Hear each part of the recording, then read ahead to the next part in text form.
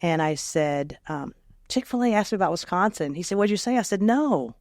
He said, oh, so God's not opening a door in Wisconsin? And I just began to pray. And I said, you know what, God? You just open the door wherever I go. It's a place that'll draw me closer to you. And that's what I felt when we visited Onalaska. I thought, why'd I say no? This is where I feel like God has opened a door. I actually took a video. I still have the video right across the street there at Quick Trip with the land in the background, and said, I think this could be the dream right here.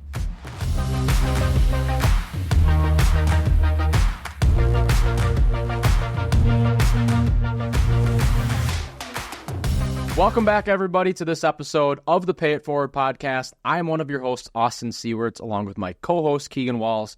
And today we have the pleasure of sitting down with Pam Chaney. Pam is the proud owner of Onalaska's newest Chick-fil-A.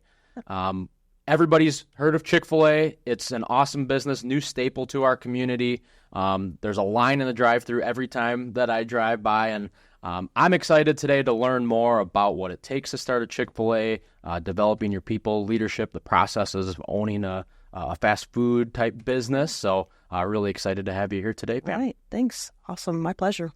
So from my understanding, you have a better chance of being struck by lightning or getting drafted into the NFL than you do of having the opportunity to own a Chick-fil-A. So how the heck did you get this opportunity? Yeah. Actually, I would rather own a Chick-fil-A than be struck by lightning, so we'll say that first and foremost. But, Chick-fil-A has a pretty rigorous, very competitive process in selecting their owner-operators, and they're looking for someone to partner with that they feel like will continue the mission that Truett Cathy set forward back in 1946 when he started his first diner. So for me, it was I started in February of 2018, and with the process, and did not finish that until March of 2022. Wow. And so that's a 4-year process of multiple interviews, filling out questionnaires, and just Chick-fil-A and us getting to know each other to make sure that this is something that would benefit both parties. Wow. And from my understanding, it costs around $10 million to start a Chick-fil-A, right? Well, I wish I had $10 million, Austin. I do not. No, the fee to get started is $10,000. Wow. And what's the philosophy behind that?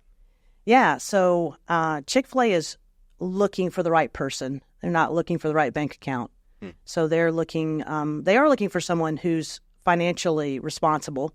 And I was debt-free and had that cash reserves and some income to live off on while I got my business up and running. And so they want you to be obviously physically responsible with your finances, but behind that is simply looking for the right person. And does this person resonate with that genuine hospitality and great food? Is this person going to be able to execute that? And that doesn't happen overnight. You mentioned earlier before the show celebrating your 1-year wedding anniversary. Congratulations. Thank you. But you didn't probably meet her and just get married the next day. Correct. It's some time. Pretty close. Yeah. So yeah, just takes time. Yeah. So how did you even get your hat in the running of this? Like, how did you even start those conversations? Well, it starts by just expressing interest to Chick-fil-A. You express interest. You fill out a very basic form, and each step leads to another step, and so you fill out a form, you wait to hear from Chick-fil-A, you have an interview, you wait to hear from Chick-fil-A, and they're processing, asking different questions along the way, and likewise, you're getting to know a little bit more about the company along the way. And so, yeah, it's just something that you commit to being patient and wait for. For me, I went through the process the first time, and at the end of that process, Chick-fil-A says, Pam, not right now. We don't think that the timing is right. And so I left that, still committed to pursuing being an owner-operator, made some big decisions to prepare myself for that, and then went back and started the process again. And, of course, at the end of that second process, that's what landed me here in the La Crosse region. Wow, that's amazing. Yeah, that's incredible. Because, I looked up the statistics, and it's over 40,000 applicants every single year, and less than 1% get actually approved to own a Chick-fil-A. So that's incredible. And you should know I grew up in Onalaska, so you're everybody's favorite person. So this has potential to be our most watched episode ever, because everybody loves Pam, as you brought us Chick-fil-A. So we finally made it as a society. Yeah. Well, I'm humbled by that, but I hope what they learn after this episode is I'm just a mom and a grandma and someone who's passionate about having a positive influence on people. You know. And where does that passion stem from? Well, probably just from my parents, my childhood growing up. And, my parents taught me to do everything with excellence and to treat people right. And I feel like one of the biggest skills missing in our young people these days is how to treat people. And so then I had a high school coach that was a Christian, was a believer in a large public school in Atlanta. And she just encouraged me throughout my high school journey about who the person I was becoming and how I treated people and had an impact on them. And that just led to me saying, hey, I can take this passion that I love, a sport, and I can have a positive impact on people using that platform of sports. And so I think it's been there since childhood. It's just surfaced in different ways, and right now it's just surfacing through the opportunity that Chick-fil-A has given me. So did you play basketball or coach basketball? I did. Okay. I did. Tell us about that. I did. So, I have an older brother. He's 4 years older than me, and so I grew up with he and I competing in sports quite a bit. My dad was always the coach or the official. My mom was always the one bringing the snacks, and so we just grew up around sports, and sports was an integral part of who I was. When my dad retired, he was in the Air Force, and he retired, and we moved to Atlanta. I was a freshman in high school, and so I tried out for the basketball team and just really became passionate about the sport of basketball. And so played all 4 years in high school, and because of my coach's influence on me, decided that's what I wanted to do for a career, was to be a basketball coach. So I went on and played college basketball at Tennessee Temple University. And, so it's just been something that's, I love it. I still love it. Don't play it as much, but I still love it. Yeah. Awesome. And did you end up coaching after that, or I just did. played through? I did. So after college, I got my first coaching job in Hilton Head, South Carolina, Hilton Head Christian Academy, and coached there for a number of years. Was able to win 2 state championships. Wow. Coaching there. I find it's important that if you want to have a positive influence on people, then you need to be successful at what you're doing. And so for me, if I wanted to impact these young girls that I was coaching, and the impact really being, who is the person that you want to become, and so respect for authority, teamwork, the benefits of hard work. Well, you got to win, because if we go through the season and I'm trying to teach you these life skills, but we're losing every game, and they're going to think Coach is kind of crazy. She doesn't know what she's talking about. Mm-hmm. And so was able to win 2 state championships and saw a lot of success over my coaching career. Coached around 20 years, had a little break when I had my kids, but yeah. So, even in the restaurant, if you come in now, you're going to see on my name tag, it's Coach Pam. That's so awesome. I still go by Coach. Very cool. That I've never heard that before, but that really resonated when you said, say that again, of how people, in order to make an impact on somebody, you have to be successful at what you're doing. Like, people aren't going to follow people who's not winning at what they're doing, right? Right. That really resonated with me. It makes sense. Sure. And it kind of brings a new perspective of an importance of being successful outside of money and outside of things we've talked about on this show. But like, in order to truly have impact, sure, yeah, you have to be winning at what you're doing. Right, so right. That's great. You're asking someone to do something over and over again, and so I'm asking them to shoot a certain number of shots. I'm asking them to run a certain number of suicides. I'm asking them to work really hard, and then I'm coaching them on different plays to execute during the game. And so when it comes to that execution, if it's not successful, They're going to be questioning whether anything I have to say has any valid reasoning.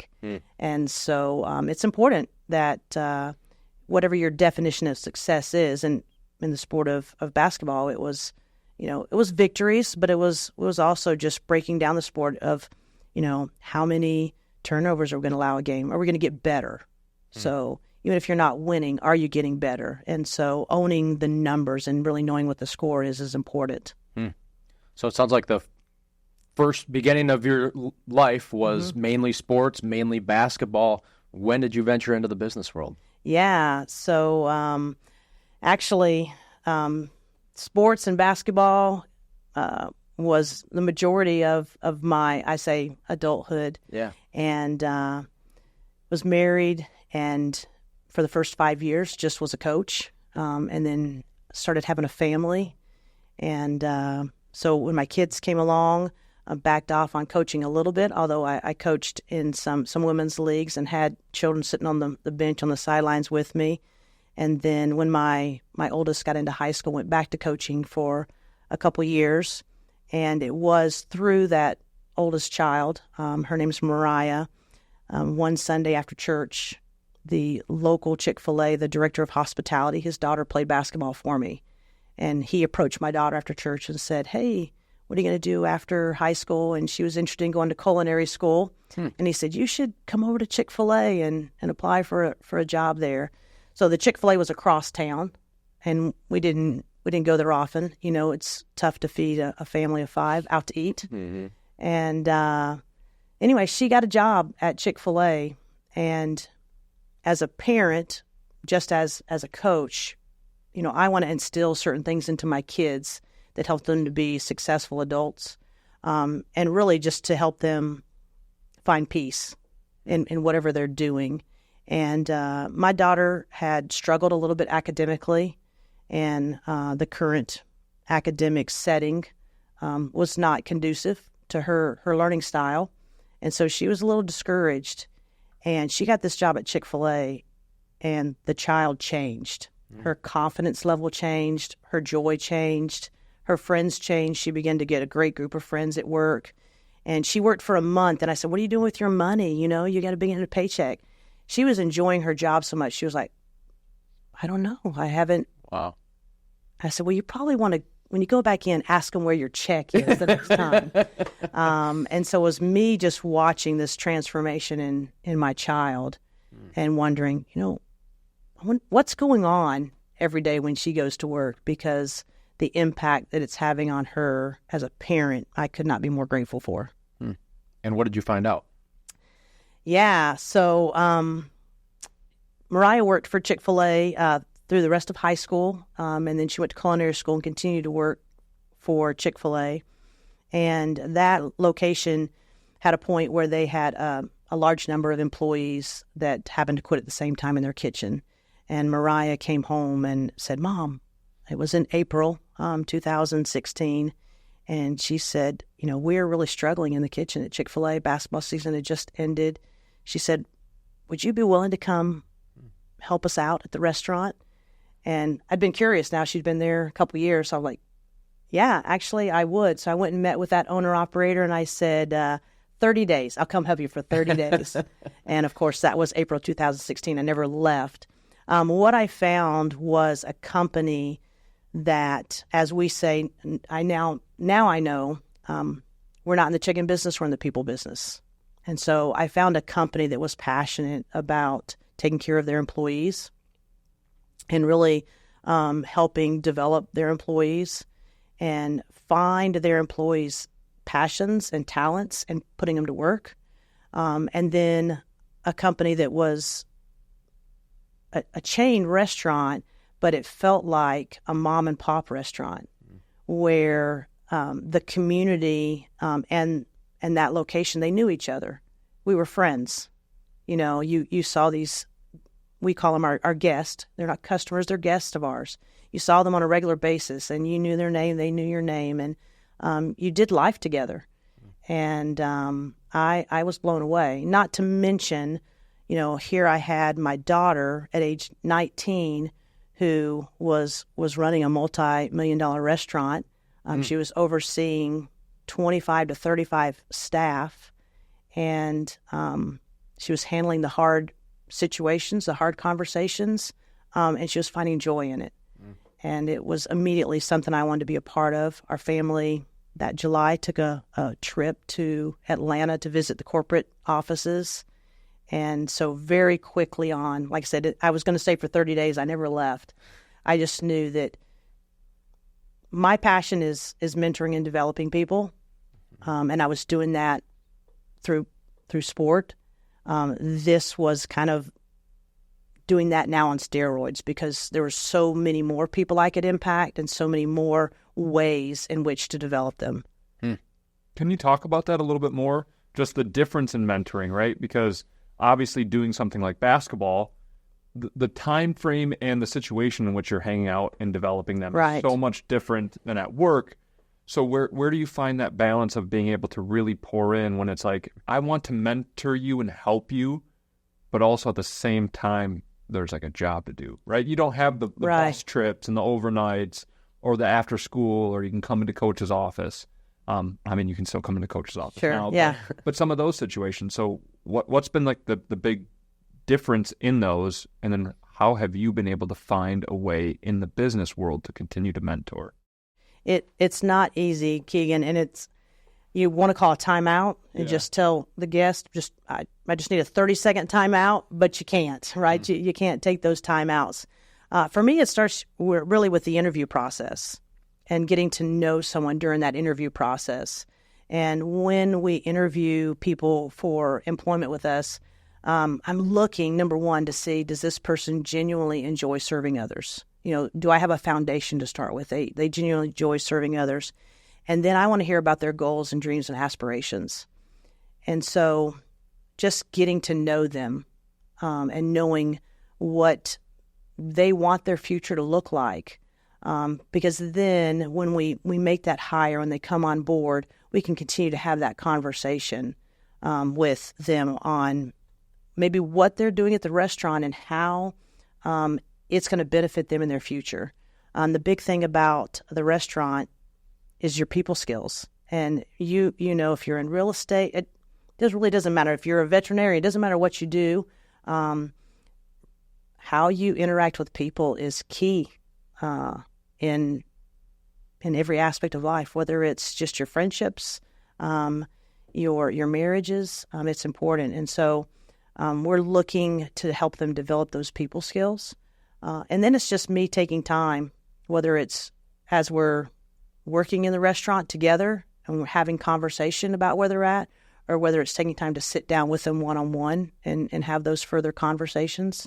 I'll be honest with you, Keegan, the first year we're open was really hard because it's just, you open a Chick-fil-A restaurant and it's not like giving birth to a child that sleeps a lot.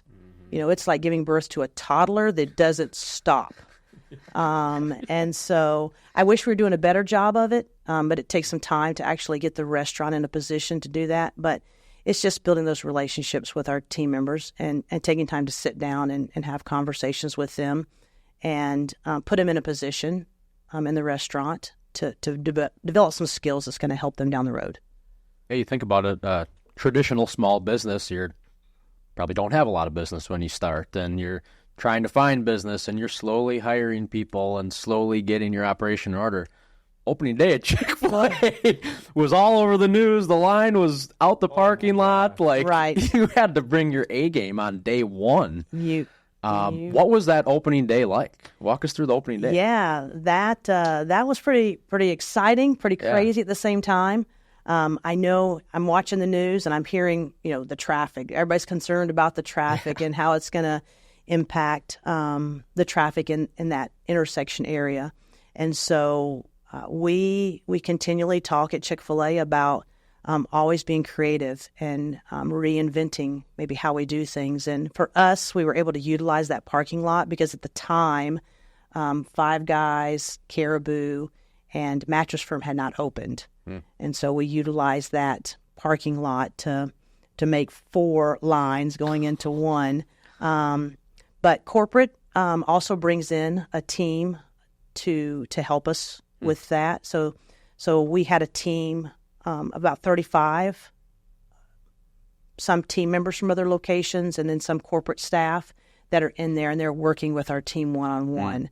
And they stayed with us for a month to help us get everybody trained and get our systems in place and try to do our best to give the kind of service that people are expecting from Chick-fil-A, yet we're new at it. And about 90% of our staff had not had Chick-fil-A before. Wow. So, you know, they had no idea what they were missing. You're having to expose everybody to Chick-fil-A and then try to maintain that level of hospitality.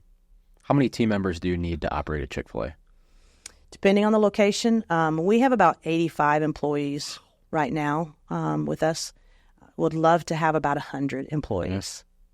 So we still, like I think the rest of businesses around here, we're still always looking for 10 to 15 new team members. And that seems to be a common theme anywhere with any large business, small business, is finding good talent, finding good help, good hardworking people.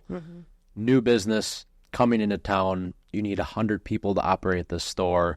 Where are you finding these people? Well, we hope to find a lot of them through referrals. Now that we've been open a year and a half, we'd love for our team to go out and refer people they know that they feel like would be a good fit to work with us. Also from our guests. We want our guests to begin to know who we are. Before I joined Chick-fil-A, it's another fast food restaurant. And so there's definitely this perception by the community of what employment looks like at a fast food restaurant. So the challenge for us is for people to see us differently.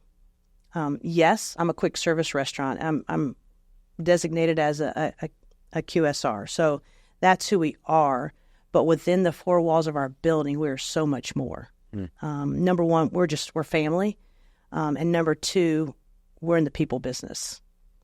And so word of mouth is our best opportunity, is to let people know that if you care about people and you care about serving people and you want a job with purpose, then Chick-fil-A is something you should consider.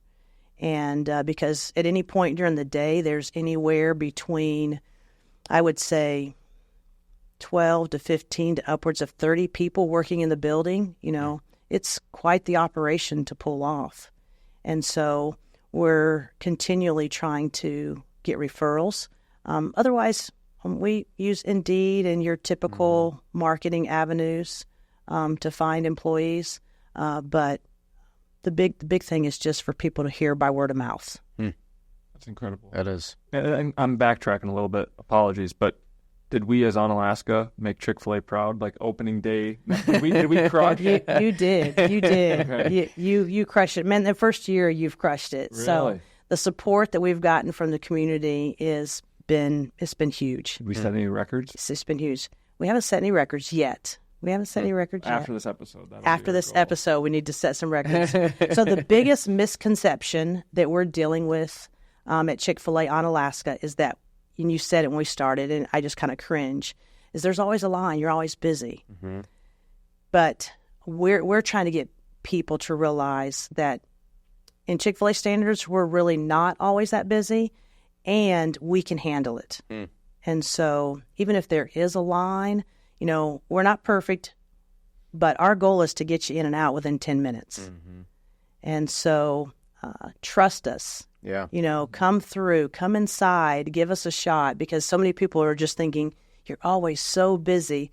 And I think when we get the community to realize that the service is going to be the same level, doesn't matter the busyness, just come, then we'll start breaking some records. Yeah. Was opening day your biggest day of sales?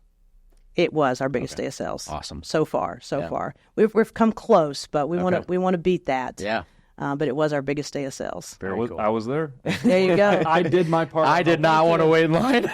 We went. Well, we talked about it before the show. Technically, I think we broke the rules. I think we came after it was closed, but we still got let in.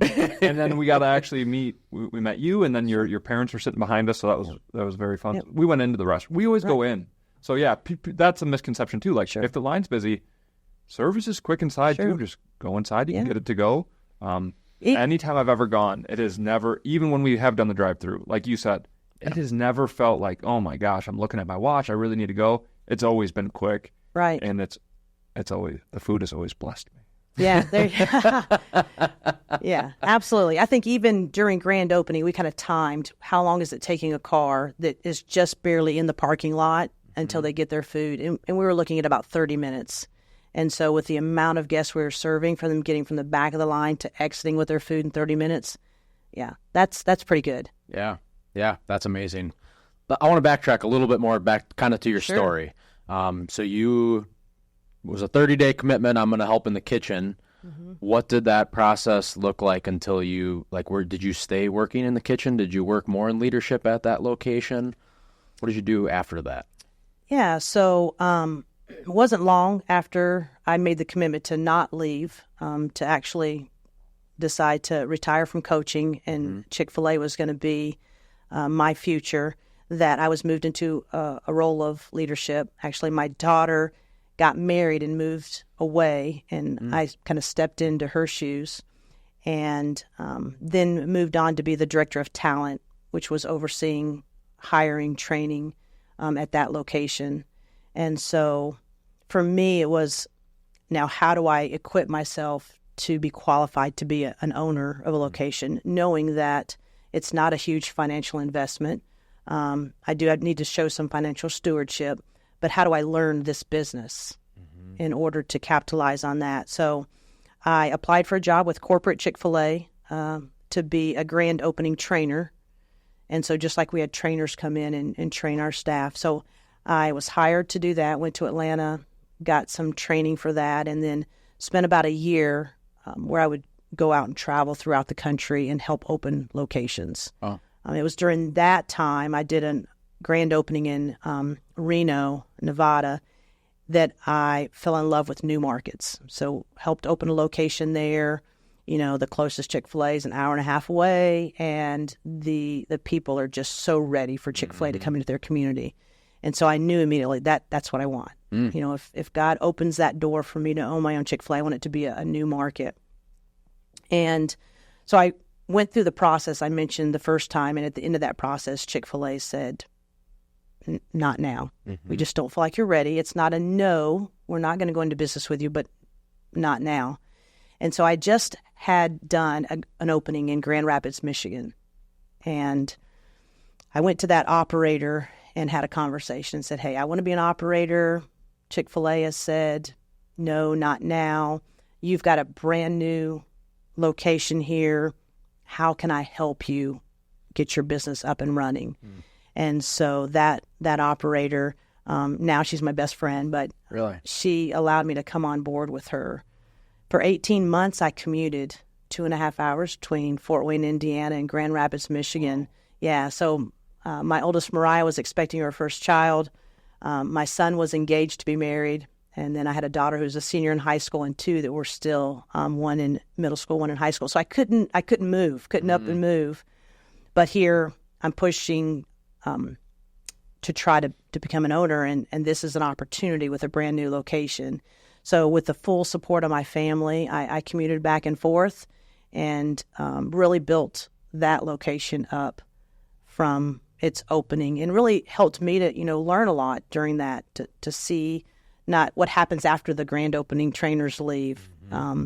So I did that until I got opportunity to reapply. Chick-fil-A, you have to wait at least 2 years before you can reapply. So when was the first application? First application was in February of 2018. Okay. And by about July of that year is when they said not yet. The location in Grand Rapids opened in March, so I had just started with them. And by October, I made the decision to work with Jamie, the operator there, full time and commute. So I did that for 18 months, and then first grandchild was born. My son got married. My daughter graduated, and so then I made the full relocation to Grand Rapids. And so that was kind of, you go to school for 4 years to get a degree. That was my going to school to get my degree. So then I applied the second time. which was right at when COVID hit, 2020. And so then it was a 2-year process from there of interviews and steps with Chick-fil-A before I was selected for the location here in La Crosse. That's so amazing that you had the vision that you wanted to do this pretty much immediately, that you wanted to be an owner-operator. It shows the values of the company and the leadership, and for somebody like yourself to be so drawn to want to do that right away is awesome to see. Sure. So, yeah. So it's $10,000 to start a Chick-fil-A. Do you have to buy the land or build the building or buy, like, how does that, logistically, how does that work? Are there other costs? I'm guessing there are definitely other costs involved. But with that partnership with Chick-fil-A, they're actually finding the location. Okay. And so whether it's purchasing or leasing the land, and they're actually building the building for you. Okay. And so you're in a partnership with them to do that. And so they have it divided out, different things that the owner is responsible for and that Chick-fil-A is responsible for. So there's definitely some additional expenses that came along the way. The beauty of the whole thing is it's a blueprint for success, right? Mm-hmm. And so if you follow their recipe for the food that we cook, and you follow their recipe for hospitality, and you're immediately, day one, have Chick-fil-A on the outside of your building, right? You know that it's like the golden egg. You found it. Yeah. So you just need to make sure you take care of it. Yeah. You take care of it. So. And then was Onalaska picked for you, or how did that come about? So you're in Grand Rapids. Do they pick out the location and you get a phone call and you say, hey, I'm going to Onalaska, Wisconsin? Yeah. What happens when you go through the process to interview to be an owner-operator? At the end of that interview process, it's a yes, no, or not now. And so I get the yes, we want to go into partnership with you. So from there, it's kind of like the NFL draft. So now I'm sitting in the NFL draft, and I'm waiting to be drafted for a location. Mm. That's where the second set of interviews come from. And so at that point, Chick-fil-A is lets you know strategically where they're trying to grow and where are you interested in. And so from the get-go, I let Chick-fil-A know I'm interested in the Midwest. I like all 4 seasons. I've been in the Midwest for over 20 years now. So I want to stay in the Midwest. And I want a new location where there's not Chick-fil-A's close to it. So it's I really want to pioneer the brand in a new area. And then I want to be business savvy, right? I want it to be an area that I feel like can be profitable. Mm-hmm. And so those are kind of my 3 criteria. And I'm working with Chick-fil-A saying, okay, so where might that fit be? And during the process of pursuing the operator opportunity, my operator, Jamie, had provided a business coach for me that I met with on a biweekly basis. Mm. So I got to be very close friends with Josh, my business coach, and had a conversation with Chick-fil-A, and they said, hey, Pam, how about Wisconsin? Are you interested in Wisconsin? I said, no. Common misconception. Common misconception. See, yeah. So I said, no, my kids are in Fort Wayne. I've got some in Grand Rapids, one in Ohio. It's a little far, never been to Wisconsin, and into conversation. And so I get on my phone call with Josh, my business coach, and I said, Chick-fil-A asked me about Wisconsin. He said, what'd you say? I said, no. He said, oh, so God's not opening a door in Wisconsin? It's like one of those moments, like, Nathan saying to David, you're the man, in the Bible. Okay. And so from that point, I got in my car, and I had met a very close friend at my very first Chick-fil-A in Fort Wayne. Her name is Sue. She's my operating partner now. And I'd asked her early on if, going back, I'm a dreamer, I knew the odds. I felt like this was the direction God wanted me to pursue, being a Chick-fil-A owner-operator, so I'm going for it. So earlier on, I said to Sue, if God opens the door and I become an operator, will you and your husband help me get that up and running? And she had said yes. And so when I'm considering Wisconsin, I wanted to see if she would consider Wisconsin with me. So Sue and I got in the car and we traveled through Milwaukee, through Madison, and then we came over to La Crosse and Onalaska. And it was during Oktoberfest. We could not find a place to stay the night. It was crazy. So we just visited the town. We luckily did have one of the hotels, went out of the way to contact another hotel, found a place to stay. But it was during that stay that God gave us both peace that this is it. Like, why'd I say no? This is where I feel like God has opened a door. I actually took a video. I still have the video right across the street there at Quick Trip with the land in the background and said, I think this could be the dream right here. So on the drive home, Sue's driving, I am texting Chick-fil-A. I really didn't mean it. So we let Chick-fil-A know that, yes, we were interested in Wisconsin, but we were only interested in Onalaska. And did you know it's the promised land? I know. The greatest place on earth. Yeah. Nobody ever knows. Onalaska, Wisconsin. Yep. Little backtracking. So I had applied for Traverse City location. And so I was in that operator pool, and I had applied for Traverse City. And at the end of the day, they said no to Traverse City. And I thought Traverse City was it, right? And I got off that phone call, and I was walking, and I just began to pray. And I said, you know what, God? You just open the door wherever I go. It's a place that'll draw me closer to you. And that's what I felt when we visited Onalaska. I thought, this is the place. So, yeah, I went through the process. I was confident. I thought I was confident about Traverse City, but with Onalaska, I was confident this was the place. So at the end of the day, in March of 2022, we signed paperwork, and in April, we started building. So, wow. Yeah. That's amazing. Gives me goosebumps thinking about the video and that whole story. That's so awesome. So cool. And what was that initial, you hear yes, just because of the amount of work, traveling 2.5 hours for years, moving to Grand Rapids, all for this, like you said, you're a dreamer. So visualizing this, but then seeing all the back work that it took to even get in this position. Right. When you heard that yes, what was that feeling like? That it's the best Christmas morning you've ever had, right? It is the best. And it's not only, for me, my life has always been about how I attack life. I want that to inspire somebody else. And so when I coached early on, I took 3 P's. You pursue something, then you possess it, and then you protect it. And so it was, the ultimate pursuit. I'm pursuing here becoming a Chick-fil-A operator. And then that moment where you possess it, they're saying, it is yours. We're going to do this together. It's the most humbling, gratifying moment of your life. It is, it is a dream come true.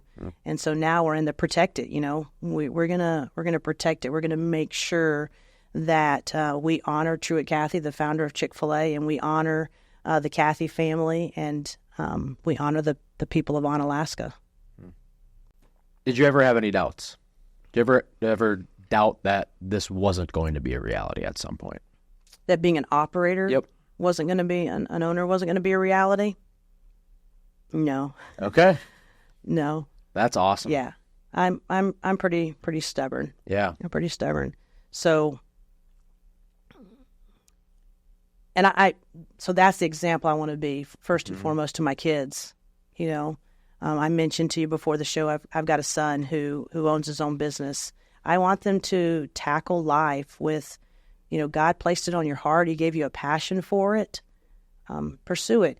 And if at the end of the day I didn't become an operator, wow, what an amazing journey. Yeah. Right? And yes, as a owner operator, there's opportunities for some influence like this that you have. But as, in my role back in Grand Rapids, as a director of operations and overseeing that location, I still have the same opportunity to impact people, right? I still have the same opportunity. So I'd rather see someone chase a dream and fail than to not chase it at all. And so, no, I knew it. Yeah.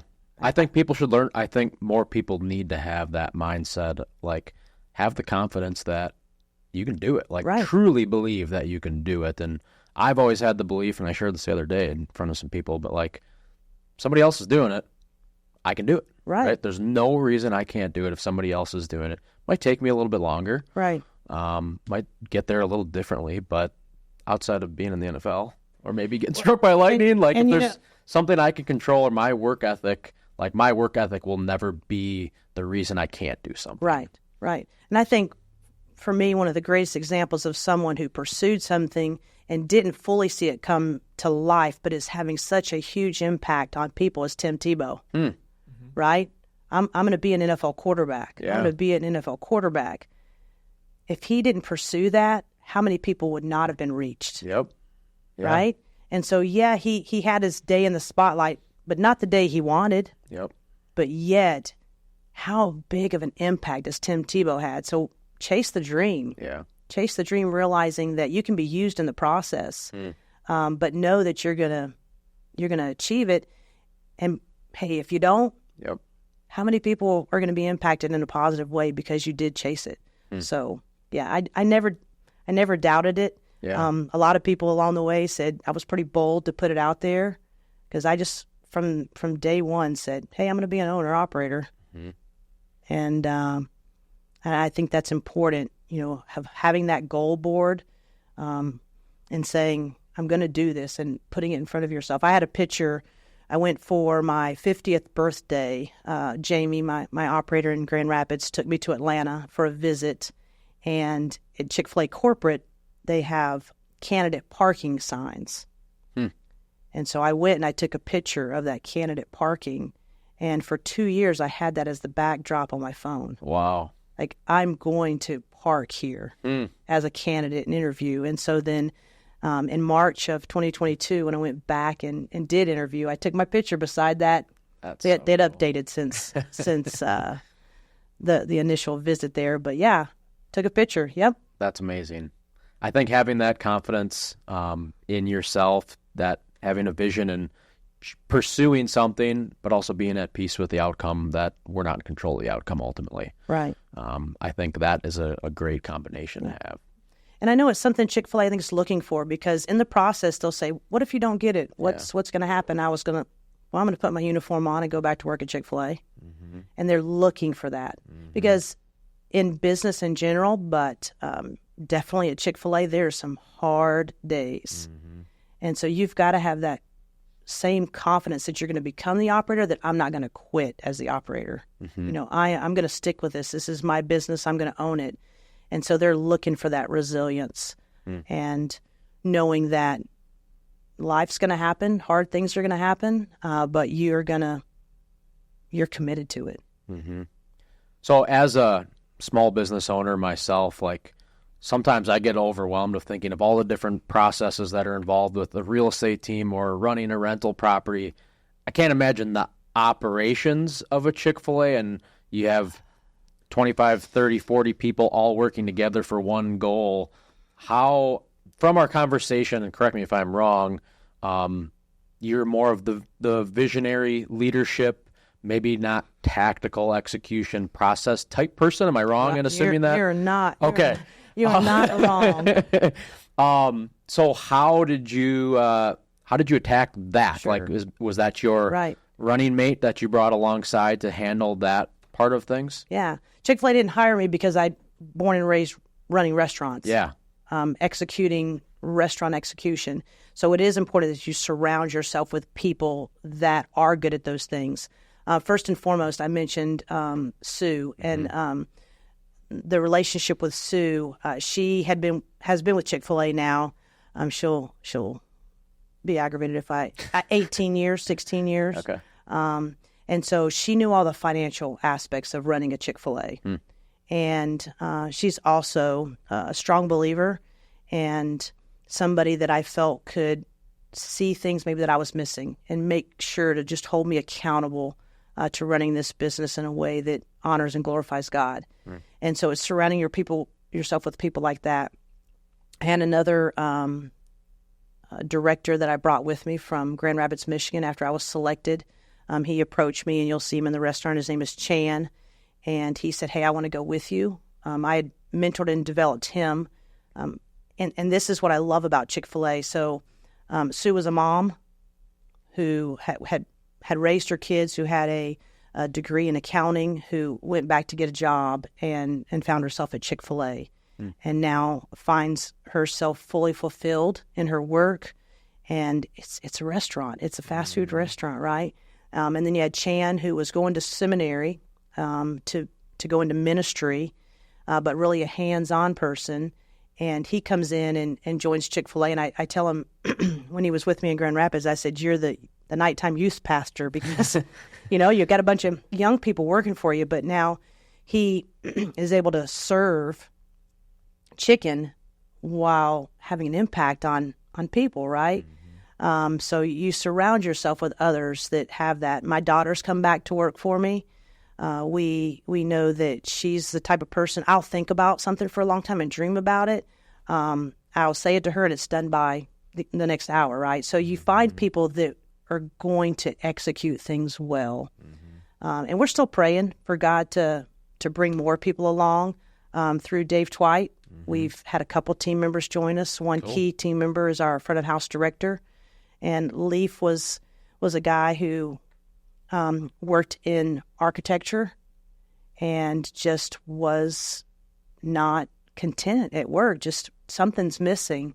And so Leaf came in and I met with him. And what he's found now is, again, we're in the people business. We want to have a positive influence. We want to use this business to impact others.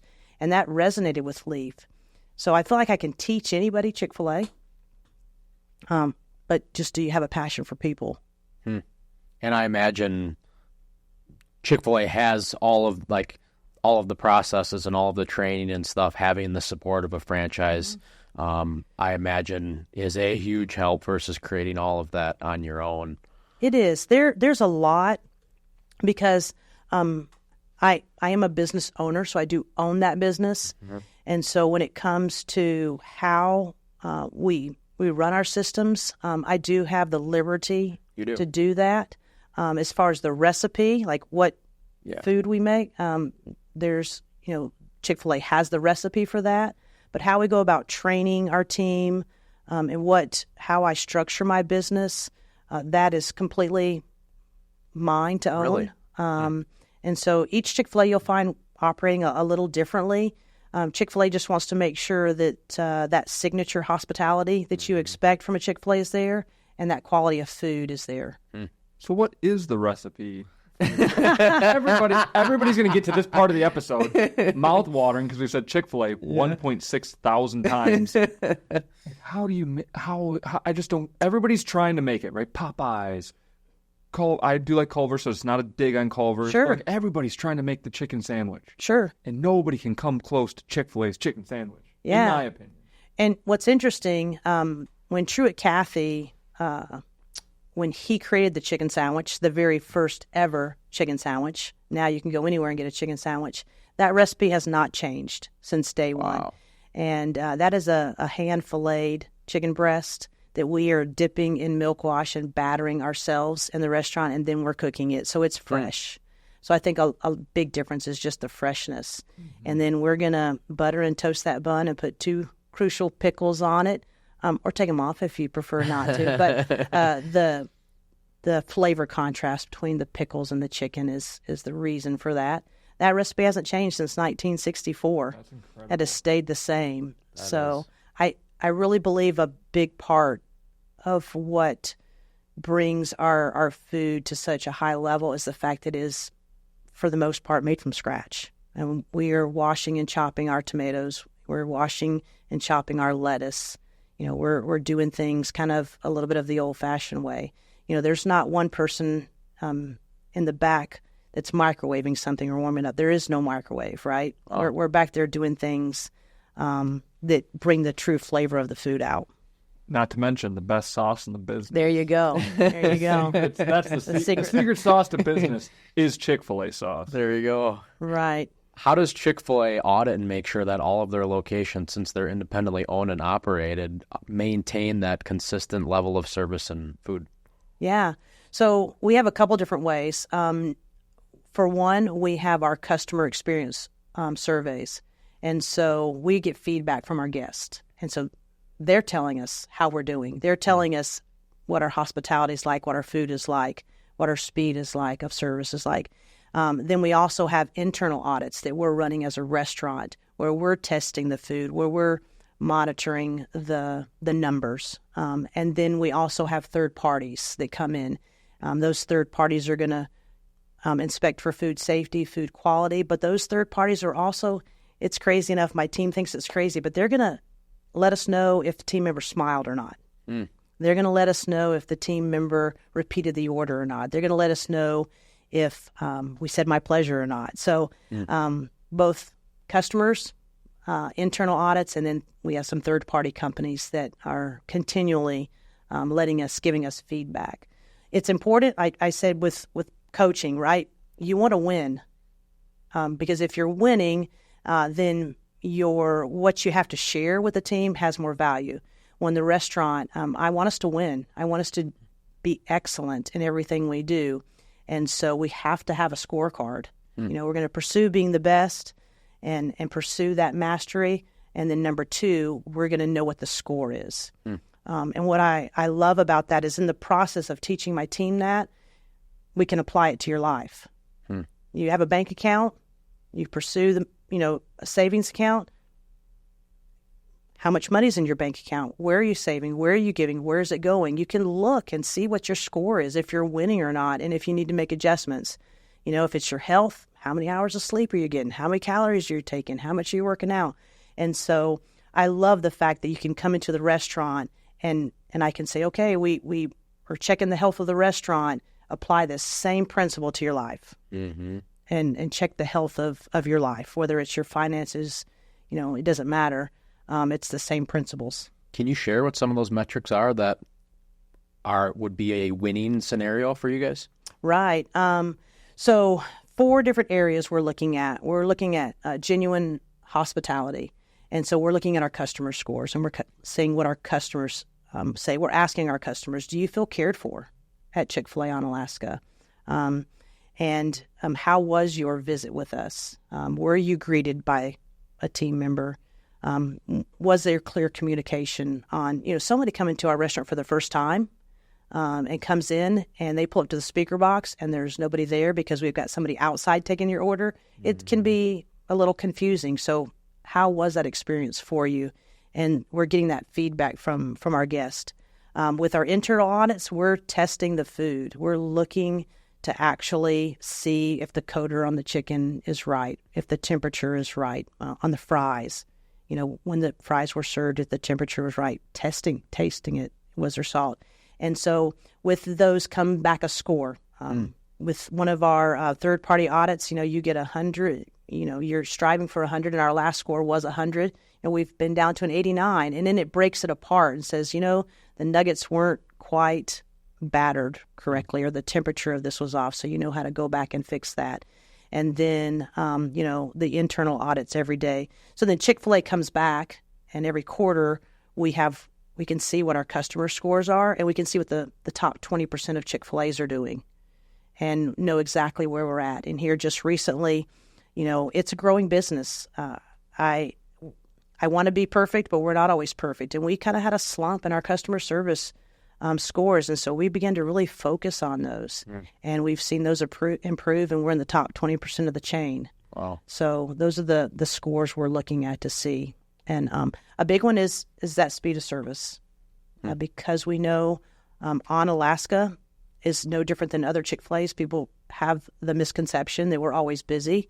And because we're busy, it's going to be slow. And so we are all day long clocking the speed of service. So I can walk in the restaurant and I can look on the screen and it can tell me exactly what the speed of service is right now.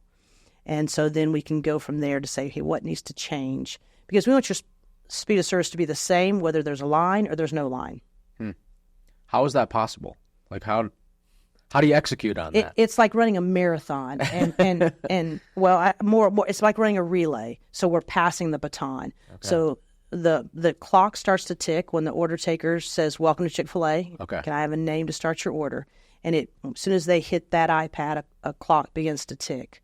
And we time how long it takes for that order taker to take your order, then how long it takes for the cash person to confirm the order, and then what time is it when you depart.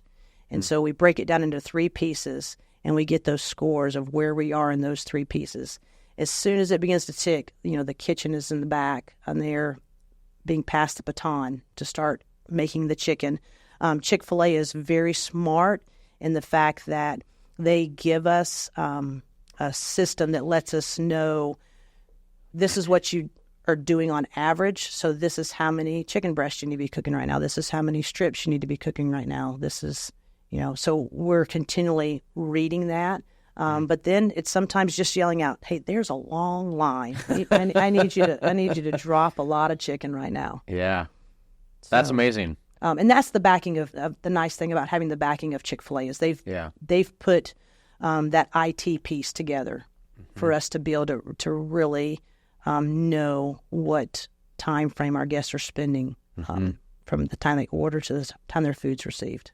Yeah, I can't remember the quote exactly, but I've mentioned it before, but like the importance of having a system and a process allows people to just follow a process and to be able to focus on serving the guest better and focus on improving metrics, improving what you're doing, improving the level of service. But I think oftentimes a lot of small businesses have a lack of process and they're trying to figure it out. And when you're trying to figure something out, you're not really focusing on how well you're doing the actual activity. So I think that I'd be really interested. I'm fascinated by that stuff. I'm more of the operations guy. You need to come by the restaurant. I would love to. And absolutely, and give you a tour. Yeah, I would and let love you to see. And for me, the excitement of it, anytime we can shave off 1 second, we're improving. Yeah.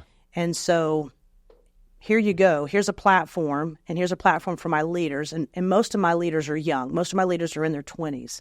So here's a platform for you to have an impact. So find me a second.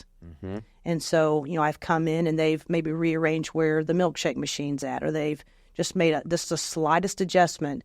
And then we watch to see the improvement. So here's where we started, and here's where we're going to finish up. The big change we just made recently, which I do not believe any other Wisconsin Chick-fil-A's or Minnesota Chick-fil-A's are doing, is our mobile drive-through lane. And that was a risk on our part to do. But if it speeds the process up for everyone receiving their food, then it's a win, right? And so anytime a guest places the order themselves on that mobile app, it speeds the process up. The kitchen gets that order sooner, and it's going to not only improve the speed of service for the mobile guest, but it's going to improve the speed of service for every guest. Is that a separate line? I'm not familiar with it. It is a separate line. Okay. It is a separate line. So it doesn't hinder the flow of other people that are... Right. It's a separate line. So a guest decides to order ahead of time. They put that order in on the app themselves. I don't have to have an order taker take that app. And there's a geofence around the restaurant. So as soon as they get to the traffic light or somewhere close to us, as long as they have their location services on, the kitchen gets the order. And so the kitchen is already preparing that order. Whereas if that mobile guest gets in the traditional line, now we've got to wait for someone to take their order. And then once it's taken, it goes to the kitchen. So it just speeds the process up, allows us to get those orders sooner. And because we're doing things from scratch, it allows us more time to prepare everyone's order. Do you fear that the customer or the guest might lose that personal touch of interacting with the person that's taking their order? Because you think of like Walmart, we're there the other day and there's hundreds of people in there and there's one cashier. Everything else is self-checkout and everything is moving to self-checkout. Do you ever fear that you'd be losing that opportunity to impact them in that moment? No. So when they come through that line, they're going to be stopped by a team member just confirming the order. Okay. I'm just going to confirm that this is actually what you ordered and what you wanted. Do you want to add or subtract anything? And they're going to come to the window and they're going to be greeted by us. Yeah. Hey, Austin, how you doing today? Here's that Diet Coke. So they're going to have that interaction with the guest at the window. So we're still going to make that personal contact with them at least twice during their visit. So what are your thoughts on that of other, like you think of, you've seen McDonald's that don't have employees. Right. Maybe there's one employee. I understand the struggle of needing the technology because of the difficulty in finding staff. I don't ever want to go that direction. Yeah. For me, you said, how do I fill the operations piece? I want to be in the dining room greeting people. I'm a people person. Yep. I want to be having conversations with people. So I hope that Chick-fil-A never has to go to that extreme. But the beauty of the mobile app is some people, they want that. Yep. So you can have it either way with Chick-fil-A, but you're still going to get that personal contact. Yeah. But we love the fact that our cashiers are there greeting the guests, taking the order inside, and that we have somebody in the dining room that's walking around maintaining the dining room. So that's part of who we are. Yeah. I don't foresee that changing. That's amazing. And so maybe to close us off, we have to talk about just culture at Chick-fil-A. Chick-fil-A is obviously a very outspoken Christian organization. We love that. So can you just talk about the actual culture of even just your store and then the other stores from a faith perspective, but then just how you do things differently of we're going to really create an atmosphere that's uplifting, encouraging. People are having fun. We're getting referrals from people. And I mean, I've never had an experience myself of going into a Chick-fil-A and not feeling that warmth of this. Like it's beyond just trying to go beyond just a restaurant, of really feeling at home, like you've mentioned. Sure. Before. For Chick-fil-A Onalaska, our vision is to connect with our community by providing extraordinary care. And so we see that for us, we want to have a culture of caring for our guests. During the orientation process for a new team member, we show them a video. And there's no words on the video. It's just showing people throughout the restaurant, and above the person's head is their situation. Maybe they just got diagnosed with terminal cancer. Maybe they lost a parent early in childhood, or their mother died during childbirth and dad blames them for that. And so every individual, whether it's a team member or guest, has a story. And so we want to show care for them. Truett Cathy used to say, how do you know someone needs encouragement? If they're breathing, right? And so businesses aren't Christian, people are. And do you have to be a Christian or share my same faith to be a part of Chick-fil-A? Absolutely, absolutely not. But as Truett would say, is that it's hard to separate your faith from your life, what you're doing, and this is our business. What we want to do is treat everybody with honor, dignity, and respect. And it's not something we're going to ask during the interview process. It's just who we are. And the people that want to share that hospitality, the people that resonate with who we are, they're gonna find themselves working for us, right? And we're looking for people who genuinely just want to care for others. And it's something you work at. It's like a garden. Unfortunately, sometimes you have to weed the garden, right? And sometimes there's some employees that maybe just don't fit. They just really don't have that servant attitude. But it's something you cultivate and you work on and you grow. And we want our team to resonate with our mission, and that's to connect to the community by just giving them some extraordinary care, something they didn't expect. And we want to build on that culture. We want to make sure that we have our values in front of the team, and that they can say, yeah, those are things that I value in my life too. Maybe to end with this, Pam, what we've talked about it throughout the episode, but ultimately, what do you want your legacy to be with Chick-fil-A in Onalaska? Yeah, I read a book years ago, High Performing Habits by Brendan Bouchard, and I like that. and he in the book he said, hey, not to be morbid, but at your funeral, what do you want people to say about you? And choose the 3 things you want them to say about you, and set a reminder on your phone, and have it go off a couple times a day. Because if you're not intentional about who you are, then you're going to be remembered for something different than what you intended. And for me,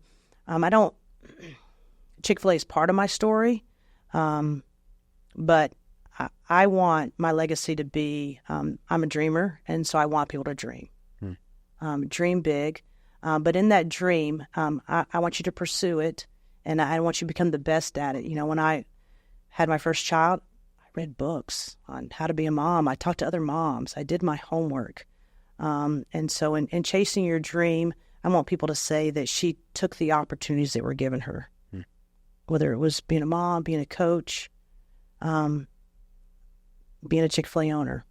I really took advantage of that opportunity that I was given. I dreamed big, and that I inspired others. And because someone comes along my path, in coaching, it was 4 years. I have them 9th through 12th grade, right? And then they're gone. And I still have a lot of close, they're friends now. They played basketball for me. And we needed to win for them to really grasp what I was saying. But we don't talk about the wins. We talk about life. And so I want them to be inspired by something I said or did. And then ultimately, I want their life to be changed. My daughter's life was changed because she got a job at Chick-fil-A. She left Chick-fil-A. The next job she applied for, she was hired on the spot as a catering director at a restaurant, a mom and pop restaurant. And she went on to be a general manager of a restaurant. But she was changed. Her confidence, her business skills, her people skills, her teamwork. And I want people to be changed. So I just want them to say, hey, I was changed because of that season that I was with Chick-fil-A.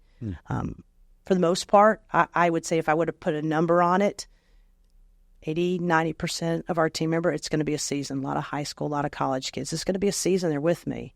I want them to be changed. And then the people that find themselves staying with me, I want them to stay there because their life's different. It's better because of their employment at Chick-fil-A. Even our guests, they come in. I want them to come because it's different. So amazing. This was incredible conversation. You're an incredible person, Pam. I appreciate it. I can see your passion and for what you're doing and for Chick-fil-A and for making an impact just through this conversation. I'm sure our audience can as well. So thank you so much for your time. Appreciate it, and being Austin. Yeah, absolutely. And I know our community thanks you as well. Absolutely. You do beyond just your business, but just your relationship within the community and serving us. So thank you so much. Absolutely. And the future's bright. I think we're just getting started here in the La Crosse area. Excited to be more involved in the community as we continue to just get better at executing life in the restaurant. Awesome. Amazing. Yep. Thank you so much. Absolutely. Hey, everybody. Thank you so much for tuning in. We sincerely hope that you learned something today. And as always, we appreciate your support and hope that you can all find a way this week to pay it forward.